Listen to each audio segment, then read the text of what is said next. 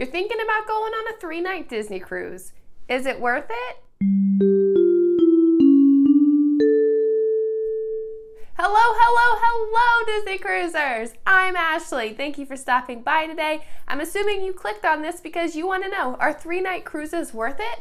I mean, they're Disney cruises, but they're 3 nights. Are they worth it? This video, I will tell you the pros and the cons, in my opinion, on the 3-night cruises, and hopefully it'll help you decide whether or not you think that is the right fit for you and your family or your traveling companions. As of right now, the Dream is the ship that does the most 3-night cruises. There are a few other cruises that don't really happen that often that are 3 nights. Like I know the Fantasy is doing like a 3-night randomly in a little bit to for repositioning or something. So for these purposes, we're talking about the 3-night cruises that you will most likely take on the Disney Dream ship. We also know that the 3-night itinerary is year-round, so when you're on a 3-night, it is very possible that you could be taking a Maritime cruise or a Halloween cruise. So that is going to be something that you also have to keep in mind. And because we're talking about the Dream, it is leaving from Port Canaveral, and therefore you are going to the Bahamas, which means that you will have a pirate night, so we'll also discuss that in this video. Before we get too deep into the video, I do want to say that taking a cruise, nonetheless a Disney cruise, is quite a blessing, and most people are not able to take these in their lifetime. So just being able to take any sort of Disney cruise is great, whether it's 1 night or 14 nights. And whatever it is that you can afford to do, your family is going to have a fabulous time and you will not regret taking a Disney cruise one bit. So let's real quick talk about if you are taking a 3-night cruise and it happens to be a specialty cruise, like a Halloween cruise or a Christmas cruise. All the main things that happen on these specialty cruises will happen on your 3-night cruise.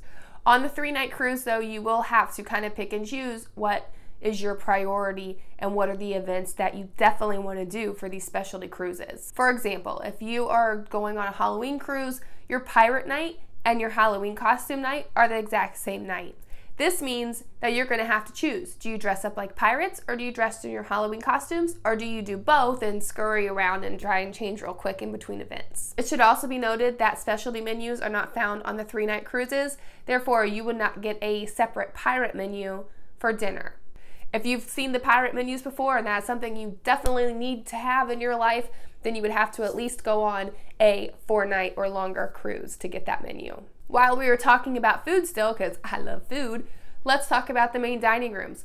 There are 3 main dining rooms on the Disney cruise ships, and you'll still get to go into every single dining room because you're going to be on there for 3 nights. So you'll go to each dining room 1 time on your cruise. So that's still a great thing. It's not like because you're taking a shorter cruise, you're going to miss out on some of the main dining or be upset that you missed the 1 dining room you wanted to be in. Because Disney's fabulous, they make sure that you go to all 3 on your 3-night cruise. Because this is mostly going to happen on the Dream, we can talk about Palo and Remy. You are still able to eat at Palo and Remy, which are the extra cost. I think right now they're at $30 extra per person. So, and they're adult only restaurants. So you're still able to eat there for dinner. Just know that because you're going to go to one of those, you're not going to be able to go to the dining room. So you will end up not being able to eat in one of the main dining restaurants. If you want to make sure you experience all 3 dining rooms and you want to eat at Palo or Remy, then you need to at least go on a 4-night for that to happen. Are Palo and Remy make or break places? Would I pay $1,000 more or rearrange my schedule just so I could have 1 more night so one of them could be Palo or Remy? No, I wouldn't. They're delicious and I love them, but I would only eat at them if I was on a longer cruise. The main dining rooms are really fun and really delicious. I would not skip the main dining room to go eat at Palo or Remy. All the things that are main things that you see for Disney Cruise Line on the commercials, whether you're on a 3-night or a longer cruise, they all happen. So like Pirate Night with fireworks, that'll still happen even though you're only there for 3 nights. And traveling to the Bahamas, you know that you most likely have a stop at Castaway Cay, and that definitely happens on the 3 nights. I know some people who just go on 3 nights because they just seriously want to go to Castaway for a day. So they take the whole cruise just so they can spend a day on Castaway. Therefore, they take a 3-night cruise instead of a more expensive cruise. Only you know your schedule the best. And sometimes people have to take the 3-night cruises because it fits into their schedule. They're kind of nice. It's like a weekend trip. If you're taking your kids out of school, you'd most likely have to take them out on Friday and Monday. And if you are working, you would only have to take off Friday and Monday and not the entire week. Now I'm going to get into the reasons why I kind of steer away from the 3-night cruises. If it is all you can do it. Like, you should still go on them. People go on them all the time. There's one every single week of the year. So obviously people are taking 3-night cruises. And then there are people who go to Disney World all week and then they end their vacation by taking a 3-night cruise on the weekend. That's very convenient too. That's probably why Disney made their 3-night cruises go out of the port that is closest to Disney World. Just a thought. For the reasons why I choose not to do 3 nights. If you're flying across country just to go on a 3-night cruise and then go back home, I do not think it's worth it. You need to stay longer, you need to go to Disney or some of the other attractions in the area, or take a longer cruise. Because all that money for flights and the hassle of getting there, just no. I don't think you would enjoy it as much. Your kids would enjoy it because they don't know all the stress it took just to get there for those 3 nights. But I'm pretty sure that as the adult, you'd be thinking, oh my goodness, I can't believe I spent all this time and all this money just to be here for like this much time. 3-night cruises seem rushed. Let's think about it. We have all these people on the ship who want to do all the things they can fit in to 3 days. So guess what? Every event that's listed, everyone's gonna go to it. All the character meet and greets, everyone's gonna be standing in line. It's not like there's 7 days or even 4 days rather where the characters come out multiple times. Like, I mean, there's only a handful of times they come out on 3-night cruises, and if you want a picture or an autograph, you have to go at that time with everybody else. There's also no sea day on most itineraries. So that means you'll be stopping at Nassau for the day and you'll be stopping at Castaway. Well, most people get off at Castaway, and during the Nassau day, people stay on board. So that means everyone's gonna be on ship during the Nassau day trying to do all these activities all at the same time. I have a rule here. We live close to Disney World, but we don't just go, like, we could just go down to Disney World for 1 night, but I make us stay at least 2 nights when we stay at one of the hotels on the resort property because I just don't like feeling rushed. I don't like unpacking and then waking up and having to check out and pack up and then go to the parks. Like, I don't like that. Same thing with the 3-night cruise. I do not like the fact that your middle night is kind of your only night to relax. The first day you get there, you're trying to get like situated. You might unpack some of your things, figure out where stuff goes. You don't even get your luggage till later, so you're dealing with your luggage probably after dinner. It's just, you're not settled yet.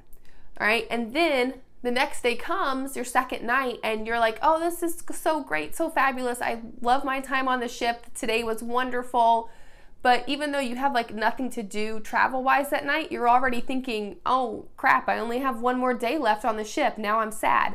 So then you spend your second night sad because you realize you only have 1 night left.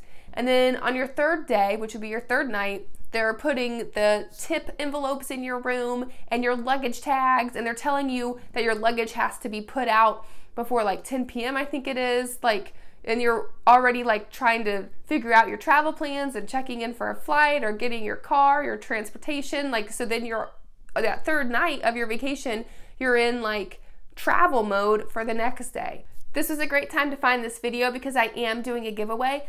I will link the giveaway up here in the I button and I'll put it down below in the description. You should check out that video, see if you can win something. If you click those links and my giveaway is over, don't worry about it. You should subscribe and click the notification bell. That way you get notified every time I post a video because I'll be doing more giveaways in the future, and that's one that you could win. You just have to know that I posted it, so make sure you subscribe. In conclusion, I would not do a 3-night cruise unless it was super, super affordable or it was the only thing that I could fit into my schedule and I haven't been on a cruise in a while. If it's a money situation, I would try and save up for a couple more months just to at least go on a 4-night. It is a big difference, that 1 extra night. Like, it's a huge difference that it makes in your vacation. There are ways that you can save on your cruises. You can book a guaranteed room, or if you are military, there's military discounts and there's Florida resident discounts.